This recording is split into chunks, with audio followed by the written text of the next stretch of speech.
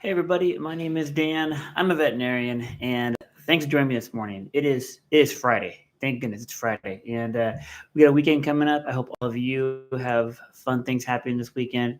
I know I'll be working on a chicken coop, so that'll be fun by itself. Here's the deal: I had a viewer the other day leave me a message. They shot me an email, and they're talking about allergies and what we can do for allergies and to be more specific, they were talking about JAK inhibitors or Janus Kinase inhibition, and this is something that's incredibly common anymore. Allergies are one of those things, guys, that my goodness, we just see allergies so much in the veterinary world. I feel like almost every other appointment is an allergy appointment right now. And I live in Nebraska, and we do have a lot of allergy dogs out here, but allergies are just incredibly common. So here's the deal. When I first started practicing medicine in like 2011, we didn't have much. We had steroids, we had antihistamines, we had a handful of things we could do, but not a lot of really good, effective long-term options. But fast forward to right now, and things are getting crazy. Like we have a lot of different drug companies pushing out a handful of different allergy meds. And even looking back like 3, 4, 5 years ago, come 2026, we're going to have just all these rollouts that are really going to affect how we treat our dogs, but two, having more options. I think the price of a lot of these more expensive drugs are going to drop, which is going to be just fabulous. So here we go, guys. So number one, what I want you to understand is when a veterinarian tells you that your dog should go on an allergy medicines are usually going to be JAK inhibitors. And what that means is a JAK inhibitor is a JAK statin pathway. And to keep it as straightforward as possible, when a doggy has an allergy and there is a cytokine or a cell signal that is running to that cell, and it connects with that cell, and the J kinase stat pathway then pushes that information all the way to the nucleus of the cell. It tells that cell, my goodness, we have an allergy going on, and that cell can get really worked up, and you can get itchy skin, you can get redness, you can get allergies, you can get all kinds of problems, right? So what the veterinarian is going to do is, and what these drugs are going to do is they're going to block the JAK inhibitors or the JAK statin pathway. And the first one that came around was Apoquel, of course. And Apoquel is commonly used around the world. It has been very effective. And what Apoquel does is it blocks the JAK1 pathway. Now, take a moment with me. There are going to be 4 JAK pathways in the doggy. You have JAK1, JAK2, JAK3, and one called TIC, which is kind of funny. Why couldn't they just call it 4? I don't know, but they call it TIC. So anyway, these 4 pathways are what the JAK inhibitors are going to try to block, right? Now, the thing is, we're not just going in there and saying, let's block these so we don't have allergies. The problem about that is these pathways are actually quite important.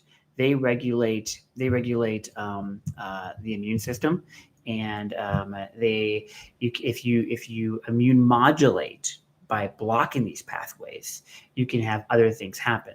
Now, if we block in a way that is not excessive and that is specific, we will probably have less problems. So let's dive into this. So Apoquel, been around the longest, probably one of the most expensive allergy pills you can pick up at the store, and it blocks JAK1, and it does a pretty good job at that. It is specific for JAK1.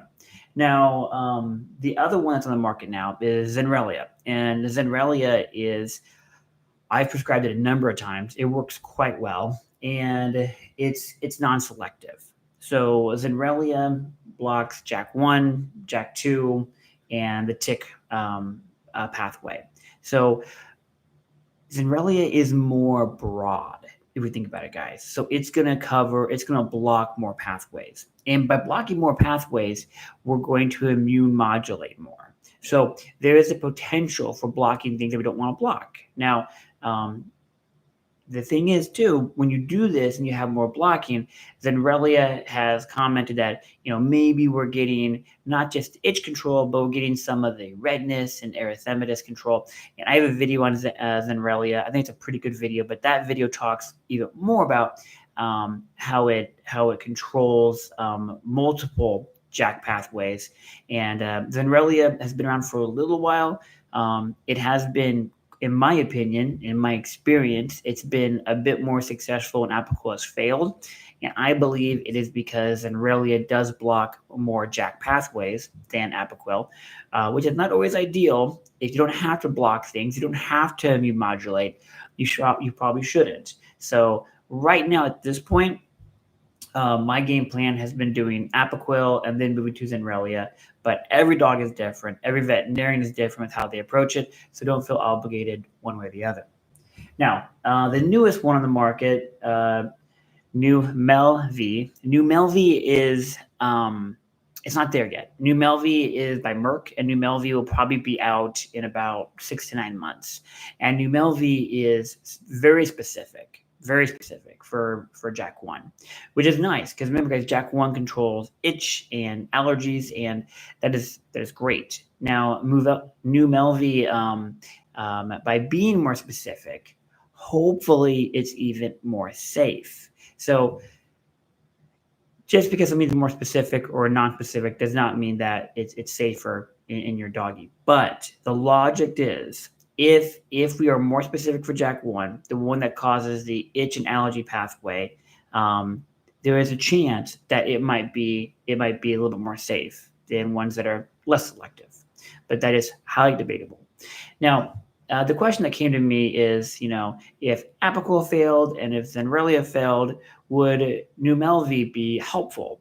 And there's no way of knowing yet. So New Melv, if it has a high affinity for JAK1 and it binds to JAK1 really well and it controls JAK1, that pathway really well, and maybe it goes above and beyond what Apoquel is doing, then yeah, it may be more effective than Apoquel. And there's a possibility of that if it does a better job, which just makes sense. However, if Zenrelia was blocking 2 extra pathways and a doggy was still itchy, I would be a little bit nervous that just by going back to the JAK1 pathway, I might not get much control.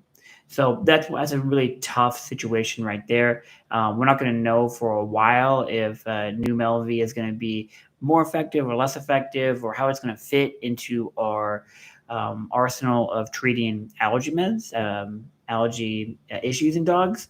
But I think it's definitely going to have its place, and I think it's definitely going to do really good in the studies that show safety.